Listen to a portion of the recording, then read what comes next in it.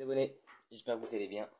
Aujourd'hui, je continue de vous lire la Bible et nous sommes à l'Exode, au chapitre 4. Moïse répondit: Ils ne me croient pas et ne m'écoutent pas. Au contraire, ils diront: L'Éternel ne t'est pas apparu.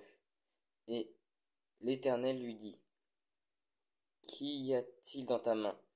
Il répondit: Un bâton. L'Éternel dit: Jette-le par terre. Il jeta par terre le bâton, et le bâton se changea en serpent. Moïse prit la fuite devant lui. L'Éternel dit à Moïse: Tends la main et prends-le par la queue. Il tendit la main et l'attrapa. Le serpent redevint alors un bâton dans sa main. L'Éternel dit: Voilà ce que tu feras afin qu'ils croient que l'Éternel, le Dieu de tes ancêtres, t'est apparu, le Dieu d'Abraham, le Dieu d'Isaac et le Dieu de Jacob. L'Éternel lui dit encore: Mets ta main sur ta poitrine. Il mit sa main sur sa poitrine, puis la retira. Et voici que sa main était couverte de lèpre, blanche comme la neige. L'Éternel dit: Remets ta main sur ta poitrine. Il remit sa main sur sa poitrine, puis la retira. Et voici qu'elle était redevenue normale. L'Éternel dit: S'ils ne te croient pas et n'écoutent pas le message du premier signe, ils croiront alors à celui du dernier signe. S'ils ne t'écoutent toujours pas, même avec ces deux signes, et ne t'écoutent pas, tu prendras de l'eau du fleuve, tu la verseras sur la terre, et l'eau que tu auras prise dans le fleuve se changera en sang sur la terre. Moïse dit à l'Éternel: Ah, Seigneur, je ne suis pas un homme doué pour parler, et cela ne date pas d'hier, ni d'avant-hier, ni même du moment où tu as parlé à ton serviteur. En effet, j'ai la bouche et la langue embarrassées. L'Éternel lui dit: Qui a donné une bouche à l'homme? Qui rend muet ou sourd, capable de voir ou aveugle? N'est-ce pas moi, l'Éternel? Maintenant, vas-y, je serai moi-même avec ta bouche, et je t'enseignerai ce que tu devras dire. Moïse dit alors: Seigneur, envoie quelqu'un d'autre que moi. Alors la colère de l'Éternel s'enflamma contre Moïse. Il dit: N'y a-t-il pas ton frère Aaron, le Lévite? Je sais qu'il parlera facile, lui. Le voici même qui vient à ta rencontre.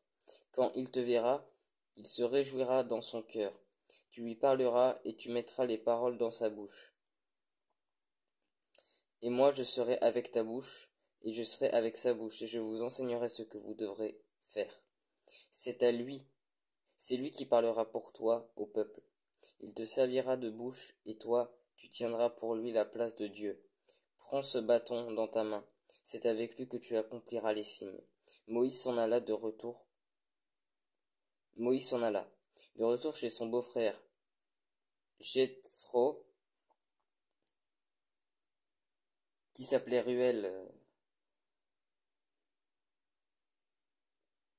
qui autrefois s'appelait Réuel, excusez-moi.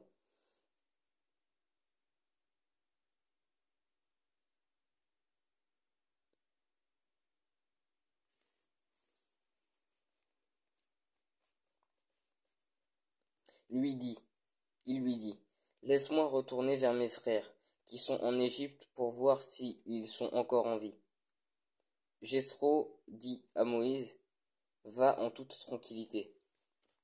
L'Éternel dit à Moïse dans le pays de Madian: Vas-y, retourne en Égypte, car tous ceux qui en voulaient à ta vie sont morts.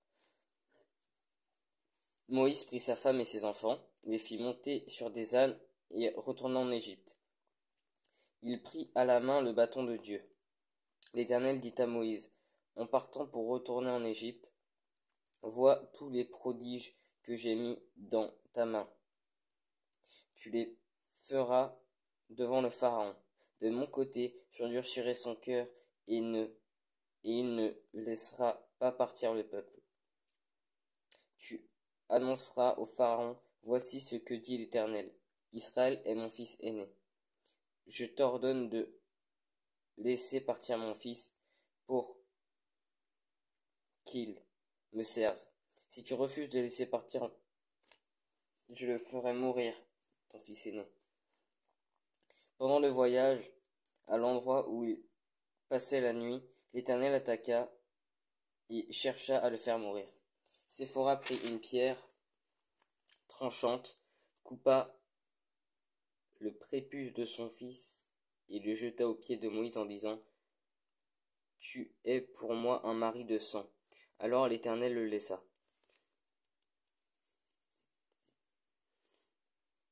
C'est à ce moment-là qu'elle dit: Mari de sang à cause de la circoncision. L'Éternel dit à Aaron: Va dans le désert à la rencontre de Moïse. Aaron partit. Il rencontra Moïse à la montagne de Dieu et l'embrassa. Moïse informa Aaron de toutes les paroles de l'Éternel, celui qui l'avait envoyé, et tous les signes qu'il lui avait donné d'accomplir. Moïse et Aaron poursuivirent leur chemin et se rassemblèrent tous les anciens des Israélites. Aaron rapporta toutes les paroles que l'Éternel avait dites à Moïse et accomplit les signes sous les yeux du peuple. Le peuple crut. Ils apprirent que l'Éternel s'occupait des Israélites, qu'ils avaient vu leur souffrance et ils se prosternèrent et adorèrent. Voilà, c'était le chapitre 4 de l'Exode. J'espère que ça vous a plu. Si vous avez des questions, comme d'habitude, n'hésitez pas à les poser dans les commentaires TikTok à peu près par ici ou sur YouTube et soyez bénis.